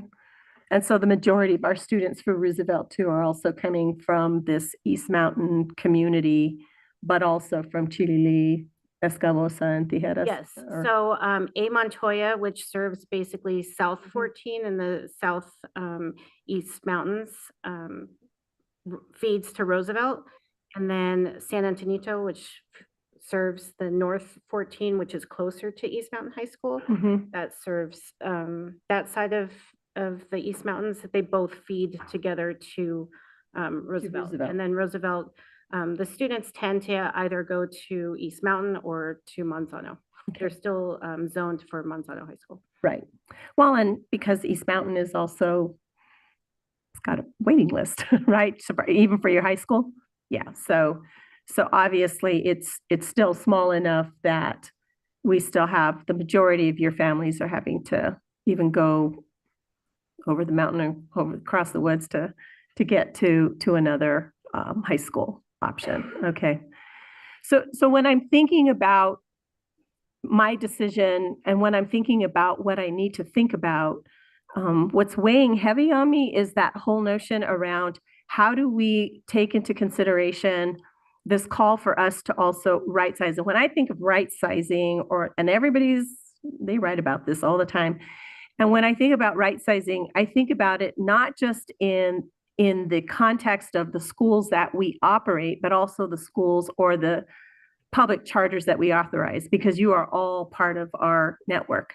So it's like looking at all of that and looking at a finite number of students and how are we looking at the resources and the infrastructure that we need to support that number of students, whether they're in an APS infrastructure, structured building, or a charter facility, because they're all facilities nonetheless, and all that money flows through us, because that's the other big responsibility we have. It flows through us. We get it out there, and our goal is, like, especially around that guardrail around, making sure that we're doing things equitably, right? That we're not doing one over the other. And so those are the kinds of things that I think about. I think it's wonderful to have a small school that you have. I think the value of what I heard tonight from all of our charter schools in the public forum was the importance of that smallness, that we have such unique needs in different places. There are students that are coming all over, and that's the place where we can build that uniqueness. And I love that we have as many charter schools that we have. I think we have enough to really sort of meet that demand and do what we need to do. That's the part of the flexibility that I think makes it wonderful for those families who are looking for something that's different and an option that works for them. I'm always heartbroken when there are wait lists, because there are wait lists even within our magnet schools, right? I mean, I've had a stepdaughter who wanted to try to get into a program and couldn't either. So like you, just having to get on that wait list and kind of hope and pray. And so we know that families are looking for options and different ways to sort of customize their educational experience for their children. And so those are the only things. I don't know what my decision is, like, right in this moment, to tell you the truth, because I'm weighing that. And I don't even expect you to like respond back to me on this. It's just that I just want you to know that's where I rest right at this minute, because I struggle with that. I do have some concerns around the note that we got from Commissioner Olivas, because as a public entity, also with public schools, I don't want to have an unintended consequence back to the county that we're all sort of like, did we do something that also was an unintended consequence? It's not going to be that we're hampering another public entity in some way too. How do we, what do we need to do to address that? And so I don't know if you have a response to that. Would love Okay. to respond to that. I think it's important to know about the history of the Bernalillo County development of that area. So that entire area was a gift of the Roger Cox Corporation in the mid-90s, both the school and the community center. And so the Roger Cox folks donated to the county and the school. And in 2005, the county and the school together did a joint capital ask of the legislature to get a gym built. And ever since, we have had really good, amazing partnerships with the county, with legal MOUs and a joint use agreement. But simply put, the gym at Vista Grande doesn't exist without the school. We maintain constant contact with Bernalillo County Planning Office, the Parks and Recreation Department, and we include each other on all of our projects. The Vista Grande Community Center expansion is already part of the county's master plan. It's called the PROS document. You go to the master plan website for the county and it's there. That's been in the work for years. In fact, I was just invited as a community partner by the planning office of Bernalillo County to be at the October 4th Planning Department Community Input Session, where the county planners outlined their intentions with the Vista Grande expansion. In fact, the county also went to the legislature last session and they received $500,000 to design and plan the expansion of Vista Grande Community Center. It's already in the works. And so like the one letter we received is just one elected official who's new to the area that doesn't really understand the history that's been involved with that county process. So the 500,000 is for the design, so the money still needs to be raised actually for the construction of it. That's right. And that's where it is. It is a lengthy process because the county's relying on the school to use its relationship with the Roger Cox folks to get an additional hopeful donation of land. It is a multi-year project. Okay. So it is a high demand center. It's great, but it's because that population around North 14 is exploding. And that's why they have a high demand there. Well, and it sounds like you've said that as well, that it's an exploding population. You've got a community center that obviously needs to be utilized by the community, right? And so it sounds like it's taken up by the school at this time with just the demand that you have because of the number of students. Is that how it's utilized pretty much? And that's what's rough. If you've ever experienced the wrath of pickleballers, I might have to go and give you the wrath then. I'm a pickleballer. But yeah, so the gym was built right for the school and for the community. And so now what you're seeing is so the school's in there to teaches PE classes and pickleballers want to be in there more often. And that is kind of something that the staff does a really good job of communicating about, saying this is the long-standing MOU legal agreement we've had with the school and the county for years, and we do the best to accommodate as many as we can. But I also just thought it was inappropriate to tie anything happening at Vista Grande to this amendment just because we're financing this ourselves. We're not doing anything related to our expansion is not reliant on that at all. So I think it's a kind of conflating the issues. And I think it was just confusing because it was with the expansion, more students, right? And so that utilization would peak, would go up as a result because there would be more students. But again, we're not looking until 3 more years from now too. So, and your first class in 26, 27 would be 100 sixth graders. Okay. All right. Thank you. Any other questions or comments? No? All right, then I'll just call for the vote. Peggy Mueller Aragon, Yes. Danielle Gonzalez, Yes. Barbara Peterson, No.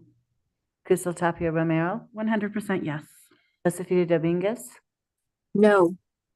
Courtney Jackson, Yes. Yolanda Montoya Cordova. I'm going to vote yes on this one. Yeah, I'll just stop there. Thank you. So let's go on to our next item, which is consideration of approval of the charter renewal with a term of 5 years, contract and performance framework for the Albuquerque Charter Academy. All right, Madam President, members of the board, and Dr. Blakey. Next, we have the renewal for Albuquerque Charter Academy. As a reminder, state law expressly says the reasons why you may deny a charter school renewal. So those are if the school violated a material violation of their contract, if they fail to meet or make substantial progress towards achievement based on PED's minimum education standards, if they fail to meet generally accepted standards of fiscal management, or if they violated any provision of law. The review team is recommending a 5-year renewal for Albuquerque Charter Academy. They have set proficiency projections that meet our collective goals, and they have 2 mission-specific goals, one around measuring strong relationships, and the other is measuring the number of scholars that graduate on track. And Eric Bose has a a quick statement for you tonight. Madam President, members of the board, my name is Eric Bose, and I'm the Executive Director at Albuquerque Charter Academy. This is our 20th year as a school, my 20th year working at the school, and our 20th year as a partnership with Albuquerque Public Schools. We are a dropout prevention and dropout recovery high school with a proven 20-year track record of success in addressing the dropout crisis in our community. Over the last 20 years, we have graduated over 2,000 students who otherwise would have been dropouts. We are widely successful in reaching our students that have not been successful anywhere. For example, 15 to 20% of our scholars enroll with us already off track to graduation with their PED assigned cohort. Yet we typically achieve 80% on track graduation when we get them done. We are leaders in the trauma responsive schooling movement. We adopted this groundbreaking model in 2016. Our approach is to tailor our services to the needs of every student and family who enrolls with us. We do this by providing wraparound services, including daycare, family social work, mental health counseling, and intensive transition counseling, in addition to our academic skill development.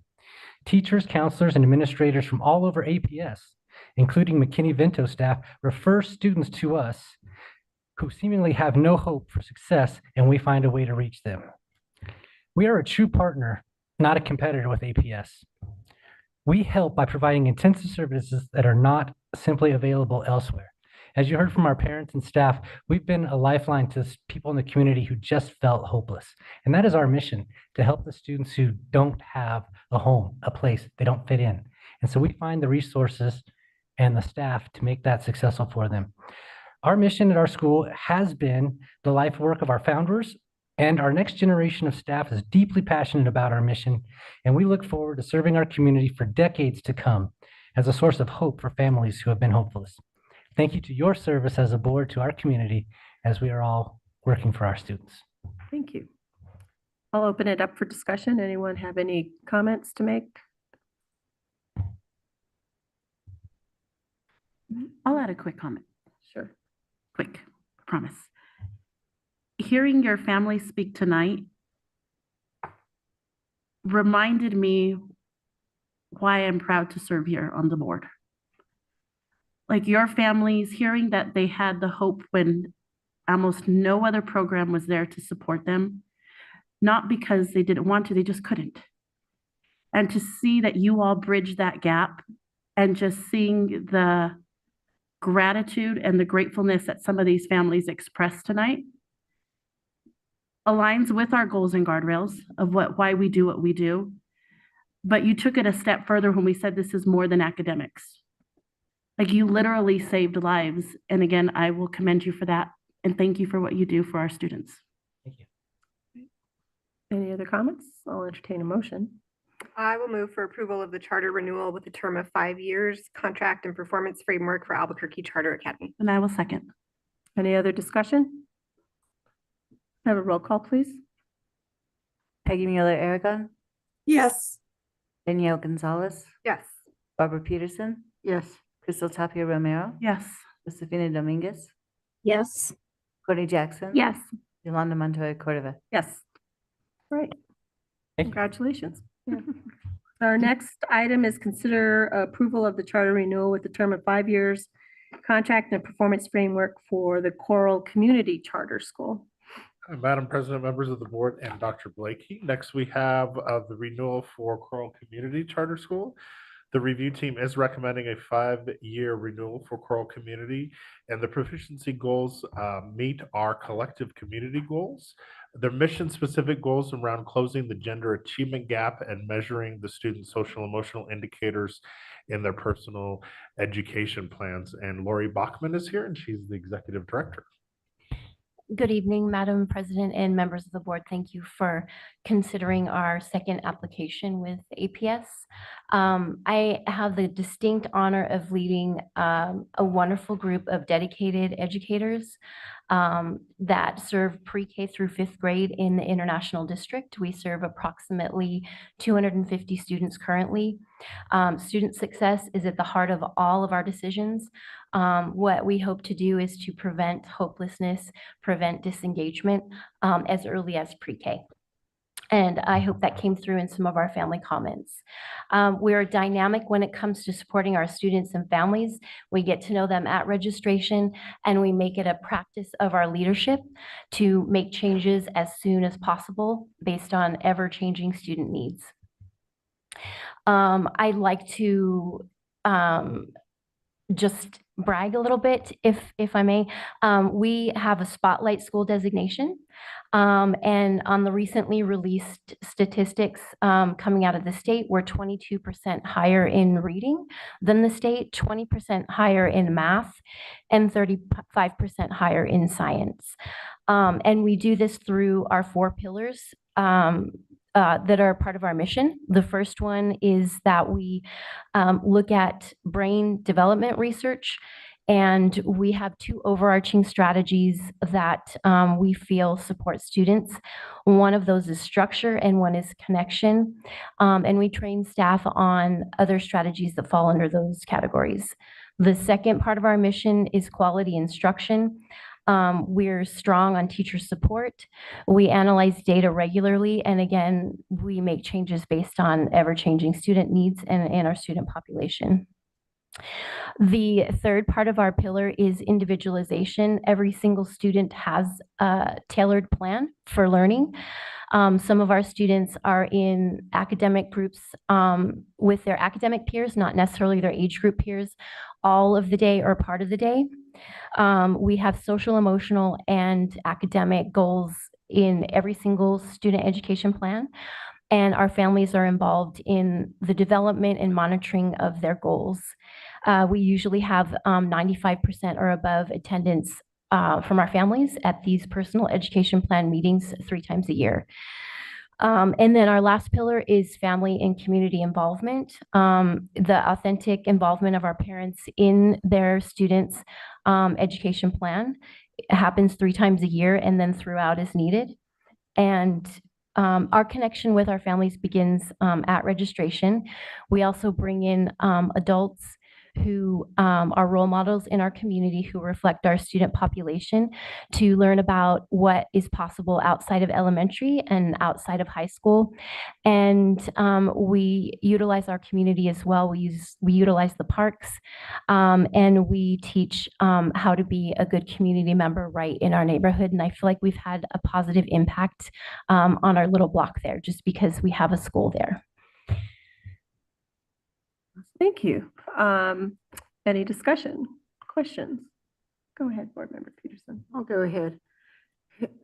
I'm not going to oppose the reauthorization of this. I think my biggest concern regarding East Mountain expansion is the impact on clearly the community, part of the community that we're not listening to, and that's the community at Roosevelt. Because you already exist, you're a stable force in the community. But I do continue to have concerns when we talk about right sizing and we start looking at schools that have less than 250 students and start discussing their viability. I do have concerns about the role that charters play. This is my community. And I look, and the number of economically disadvantaged students is about half of what it is in the general community in other schools around it, Whittier, Emerson, La Mesa, where it is clearly 100% economically stressed families. So I think when we start looking at what we do as a district and our responsibility at serving all students, that it is absolutely critical to keep in mind that schools like Coral Community Charter are not doing magic, that there's a reason why outcomes look the way they do. And there's a reason why outcomes look the way they do at some of our other schools. So again, I'm not going to oppose this because I think it's a stable force and we certainly don't want to turn away and disrupt families that are already there. But as we look forward as a district in what we need to do to serve our community. I hope that we do not use what's happening at Coral as a reason to criticize, condemn, chastise, and belittle the good work that's going on at other schools. Especially around that size. Mm-hmm. And when we talk about school size, and so, you know, I know for the district is like some of our schools are very small, just our regular public schools. And there's value to that sometimes, and sometimes there's not, because our resource allocation probably is very similar to what you struggle with too, being small, right? Because there's only so many things you can do with that. But you certainly have a little bit more flexibility in terms of just the structure of how you can structure your day. So that is more of a commentary for the newspaper and for the community out there that, you know, is really also thinking about, you know, why doesn't the district, you know, close some of its smaller schools? Good question. All right. Any other comments? Yes, go ahead. I just want to add maybe a counter argument to Ms. Bachman. You just gave us a full description of what you do. And the fact is most likely you have the success you have because you have a plan and you're working that plan. And your plan involves the 4 pillars. And as you were talking about the 4 pillars, I was struck by how closely they align to 4 goals that we have. They aren't exactly the same, obviously, because of the demographic or the age group that you're dealing with, but you are working through a very systematic, structured plan that you have for these students, and it's working.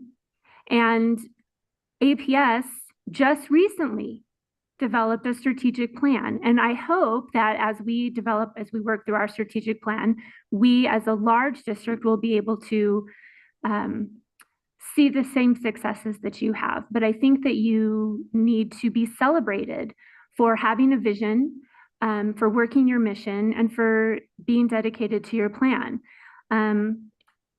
I love that you are focusing on family involvement and family engagement.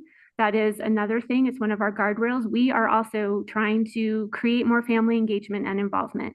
And so I just want to offer kudos to you. I think the sprinkles on top of the cupcake that you have presented to us were the adorable kids that came to speak in favor of what they have accomplished and how they have grown at your school. And so I would like to move for approval of your charter renewal with a term of 5 years contract and performance framework for Coral Community Charter School. And I'll second. This is Peggy. Any other comments, discussion? Yes. Board Member Dominguez, go ahead. Had the privilege and pleasure of visiting Coral Elementary School, and I got to see some things in action. I had children do a presentation, and they were all very cute and very well prepared, and they all seemed very happy, as did the staff. And so I want to make it clear that yes, it's a great functioning school.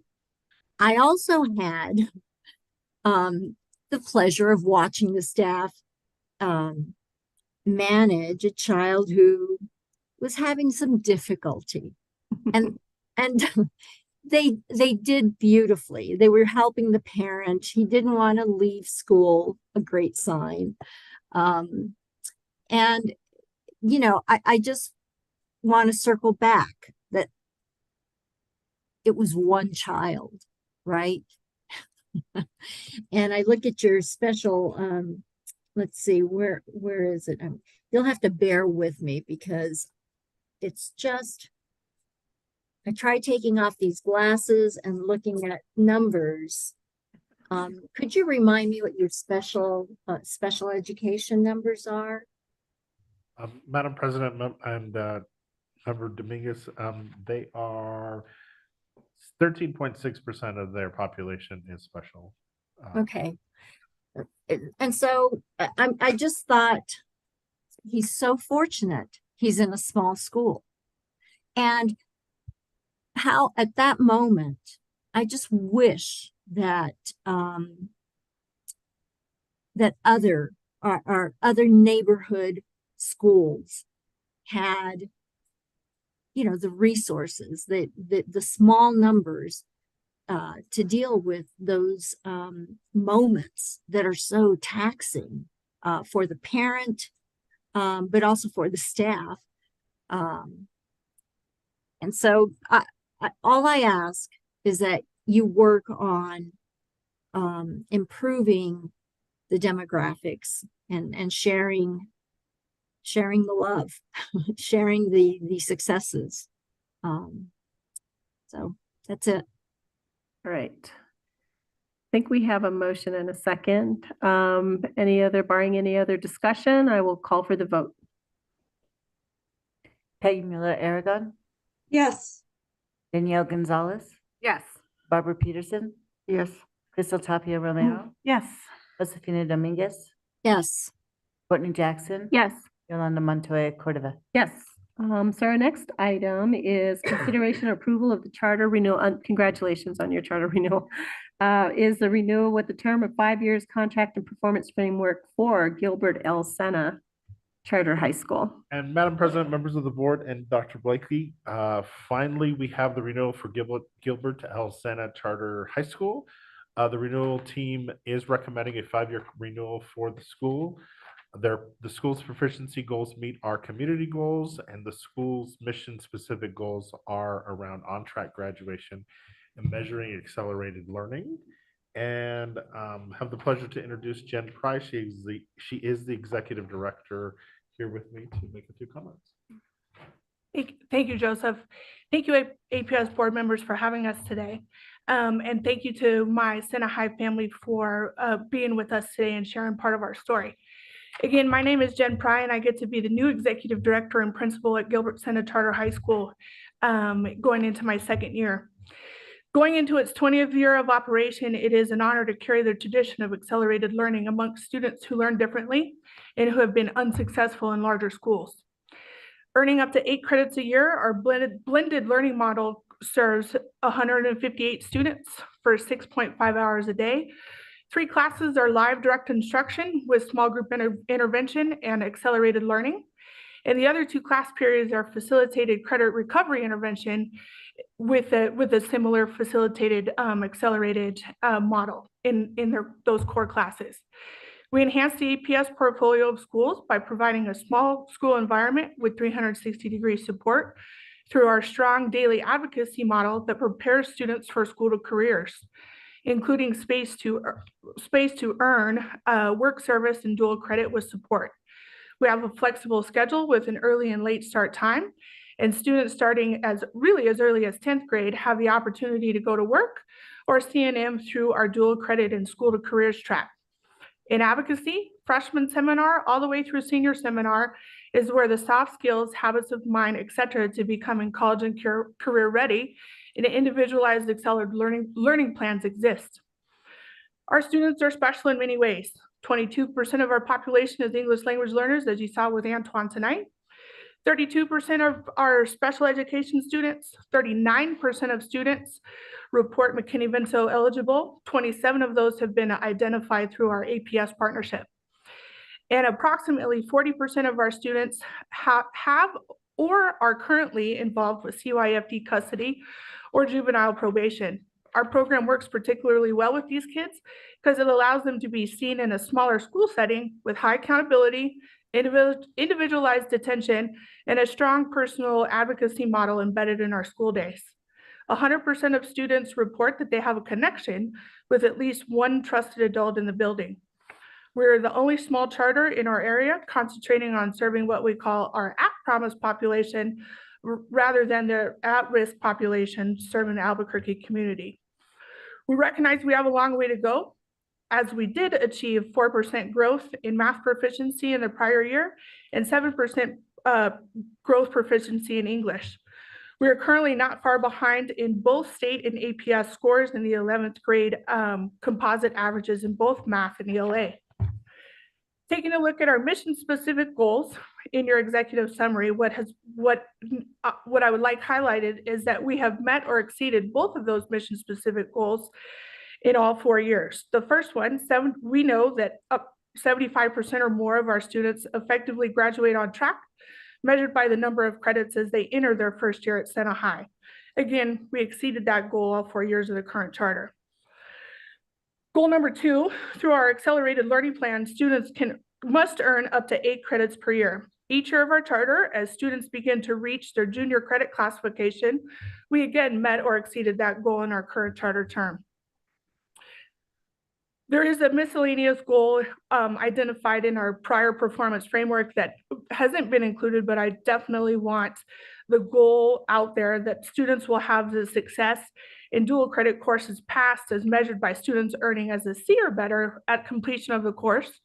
We're currently working to meet that goal as we are just below that benchmark. Graduation. In our last year of our current charter, we graduated 11 5- and 6-year graduates from whom we will not get full credit in the new New Mexico Vistas accountability model. In addition, in the last year of our charter term, 5 early graduates who had at least 4 credits or more in dual credit, to include our 4th year math requirement of dual credit financial literacy with CNM. That said, considering the shared accountability model with New Mexico Vistas, I'm able to report we still perform alongside many of those local high schools that we get students from. Where our mission exists and is aligned to our mission, we know that when a student starts with us, 88% of the time they graduate with us. I am super excited about the growth and the trajectory that has happened over the course of that charter in years to come. Mission aligned success stories, I believe, to my core as a charter leader is where it's at. I'd like to highlight 2 additional examples in addition to the ones you saw tonight. One grad this past year was our only summer grad, was an emancipated youth working full-time while living with grandparents and is now in line to be a regional manager with Hobby Lobby in our own community. In addition, our first bilingual SIL recipient is working and managing her parents' restaurant while attending UNM. First generation college-bound student with enough dual credit to enter into UNM's pre-law program. Her sister, who's also attending Sena High, said it best. That's so cool. She is a college student and a senior in high school at the same time. I hope I can do that. We have met or are working to meet all the goals and standards set forth in our charter contract and performance framework. I'm thrilled and honored for Sena High to be considered for renewal so we can continue our accelerated model in grades 9 through 12 in a community where we know 88% of our graduates are going to graduate on track or early with a meaningful plan to accomplish their goals. If you are ready, I'll take any questions you may have. Thank you so much. I'll open it up for questions. Anyone have any questions or comments? If not, I will. Go ahead, Board Member Peterson. And for you also, I'll support the extension or the reauthorization. I think you're serving a group of students who are benefiting from this setting.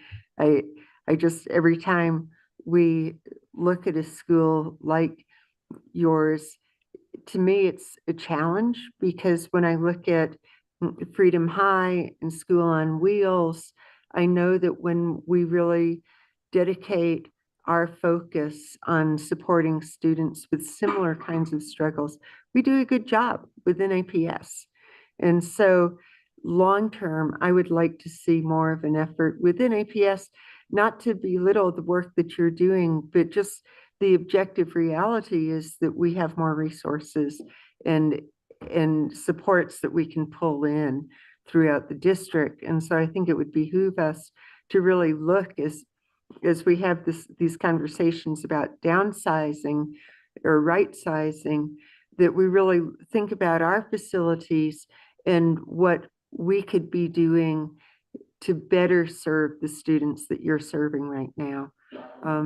But it's it's a challenge to all of us, not to you. I know, and I know that you're in an area where there isn't that kind of an alternative. So, I mean, they tend to exist a lot in my area, but I know out in your area that's, it's a special place, and it, definitely, I wish we didn't need it as a district, right? I mean, I really wish we didn't need that kind of a resource, and that all of our students were, thriving in our traditional schools and everything was working for them, and, it met all their needs. I wish, that's my greatest wish. But we do know that we have some of these students that really require that specialization and something that's unique to the situation that they're in. And so we've had it forever. I think we had it when I was in high school. There was always alternative schools and ways that we could support students that had difficulty and needed credit recovery or needed assistance with smaller school size and such. So I really appreciate the work that you're doing. Go ahead. Thank you. I have a question following Member Peterson's comments. It's a question for Dr. Blakey. It seems a lot of the conversation tonight has focused on right sizing and sort of big picture, even in the context of charter expansions, whether those are expanding to middle school or expanding by time. And so I'm just curious, because there's so much mention of right size, what's the status of the right sizing work, and when might or could the board anticipate an update on that? And how are these issues playing into those right sizing conversations? So the superintendent can give the board either formally or in a weekly writing, however he communicates with all of you on the updates for right sizing, to give you an update. The biggest part of it, without going too far into it right now, is that there is going to be a Voice of the Community survey that's being conducted by the Office of Innovation that should go out the beginning of December. And so that will also address kind of what you're asking about too, as far as what are the needs in the community. We did a Voice of the Community several years ago, but there's been so much shift on what the priorities are and what our kids are needing, that is going to be done again. Now it's been probably 7 or 8 years. I'm looking at Dr. Escobedo because I think he was part of it before. So the Office of Innovation will be putting that out in the upcoming weeks, early December.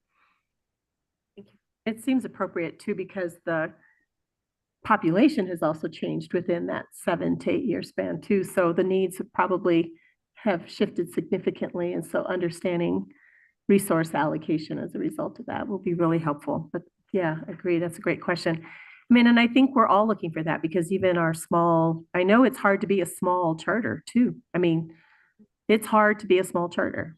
The money is not there. And so we've heard that also as a concern. So kudos to you for figuring it out, how to remain small, because what I hear from you too is that there is value in that smallness.